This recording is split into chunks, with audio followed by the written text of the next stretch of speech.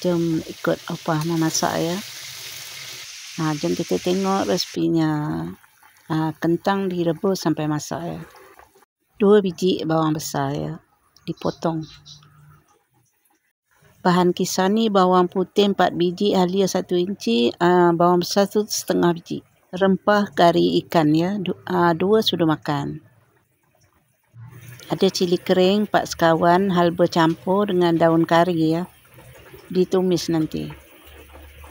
Ada terung ungu ya, ataupun terung purple ya. Ada carrot setengah biji. Air asam jawa. Masakan ni ada kacang dal tapi tak ada ya. Masak apa yang ada saja. Tumis bawang besar yang 2 biji tadi tu ya. Masukkan 4 sekawan, cili kering, daun kari ya. Halba campur. Tumis agak garing ya. Dah pun nampak garing kan. Masukkan bahan kisar tadi tu. Yang bawang besar sedikit, bawang putih 4 biji, halia 1 inci.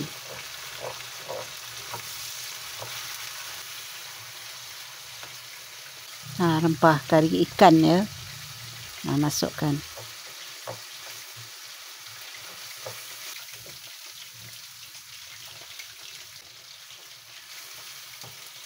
Tunggu pecah minyak sedikit ya kari tu. Tadi dalam resepi tak ada kunyit kan. Ni opah tambah kunyit ya.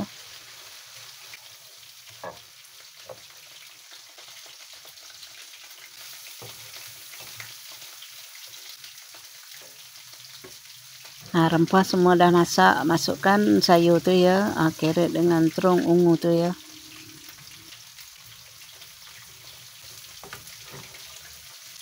Letak air untuk kuah ya. Agak-agak lah kuahnya, tengok banyak mana bahan-bahannya ya. Asam jawa.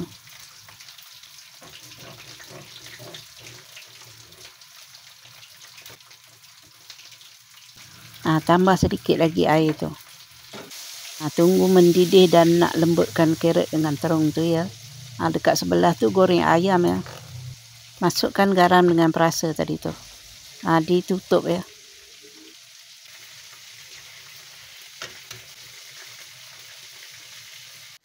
Masak ayam goreng. Bolehlah dirasa ya.